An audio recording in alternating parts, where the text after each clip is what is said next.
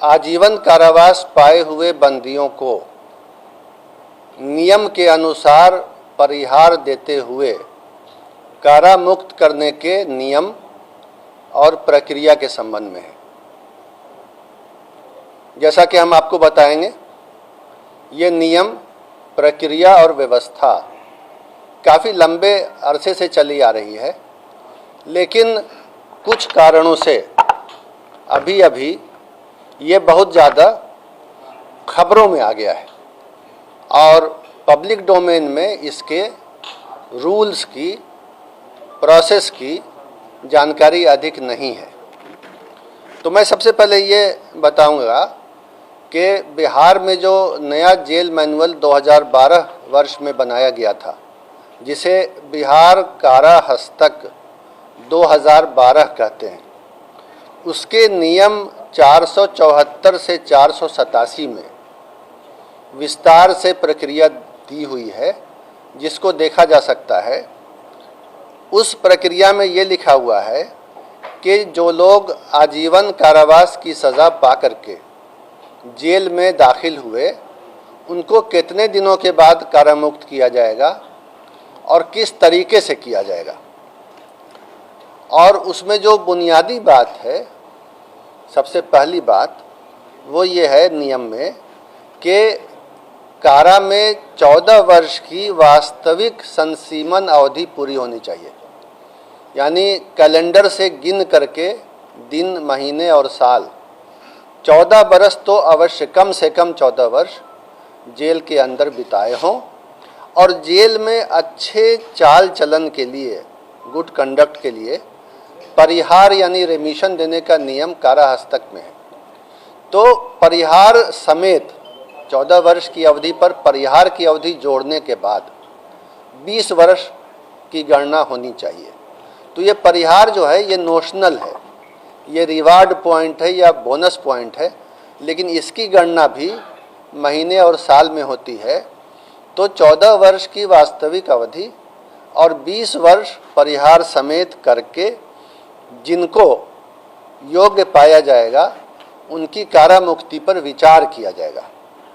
अब उस विचार करने के लिए प्रक्रिया और शर्तें हैं और इसके लिए एक राज्य स्तरीय परिषद भी गठित है, जो इस मामलों पर विचार करके अपनी अनुशंसा सरकार को देती है कि कौन कौन से बंदी इस नियम से कारामुक्त होने के लिए योग्य पाए गए। उस परिषद का नाम राज्य दंडादेश परिहार परिषद है और ये सरकार के आदेश से विधिवत रूप से गठित है।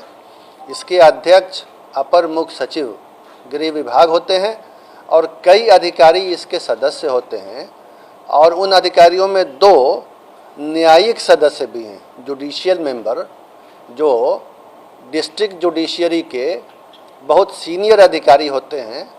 सामान्यतः अभी की व्यवस्था में डिस्ट्रिक्ट जज जो पटना के हैं और बिहार सरकार के विधि सचिव जो खुद भी डिस्ट्रिक्ट जज होते हैं, ये इसके मेंबर हैं। तो कहने का मतलब ये है कि ये परिषद जो है कानूनी दृष्टिकोण से बारीकी से विचार करके, अपना माइंड अप्लाई करके, जिसमें जुडिशियल माइंड भी होता है, 2 विद्वान जजों का भी उसमें विचारण और मंतव्य शामिल होता है, उसके बाद ही कारा मुक्त करने का प्रस्ताव गठित करती है, जिस पर सरकार का आदेश लिया जाता है। पिछले 6 सालों में अब तक 22 बैठकें इस परिषद की हो चुकी हैं इसी विषय पर, ऐसे ही बंदियों को छोड़ने के लिए, और 22 बैठकों में 1161 बंदियों को छोड़ने का विचार, छोड़ने की बात पर निर्णय लेने हेतु विचार किया गया। उसमें ज़िले के एसपी से, प्रोबेशन ऑफिसर से और ट्रायल कोर्ट के जज से भी रिपोर्ट मंगाई जाती है। कुछ रिपोर्टें कारा मुक्ति के फेवर में होती हैं, कुछ कारा मुक्ति के फेवर में नहीं होती हैं रिपोर्टें। तो अब तक जो पिछले 6 सालों में 22 बैठकों में 1161 बंदियों की रिहाई के लिए विचार हुआ है, उसमें से जो उपयुक्त फिट पाए गए हैं, रिहाई के लिए फिट पाए गए हैं, ऐसे 698 बंदियों को समय समय पर आदेश निकाल के सरकार ने छोड़ा है और वो अब समाज में एक नई जिंदगी बिता रहे हैं।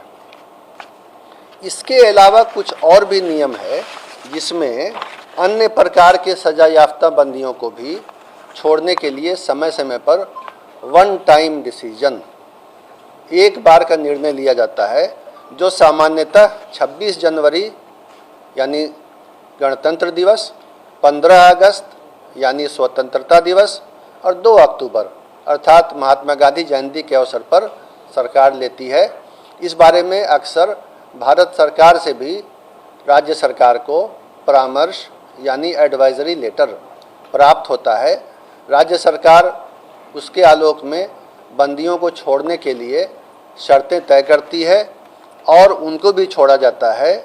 अब तक 104 ऐसे बंदियों को विशेष अवसर पर, जो 3 अवसर मैंने आपको बताए, उन अवसर पर कारामुक्त किया गया है, सज़ा में छूट दे करके कारामुक्त किया गया है।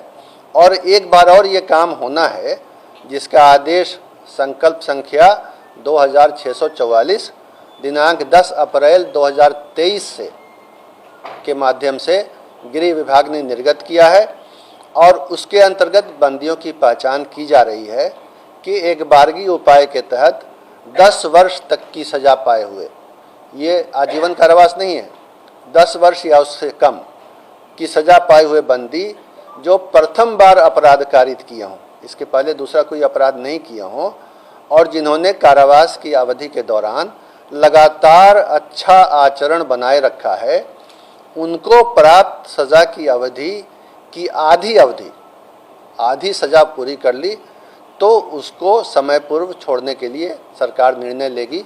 ये पहचान, ये प्रक्रिया चल रही है। ये सारी प्रक्रियाएं जो हैं, जो मैंने 2 तरह की प्रक्रिया आपको बताई, परिहार परिषद जो राज्य दंडादेश परिहार परिषद है उसके द्वारा जो आजीवन कारावास वाले बंदियों को छोड़ा जाता है, और अन्य अवसरों पर अन्य प्रकार के बंदियों को, ये सब चलता रहता है, सामान्य प्रक्रिया है। और इस प्रक्रिया को विभिन्न न्यायालयों ने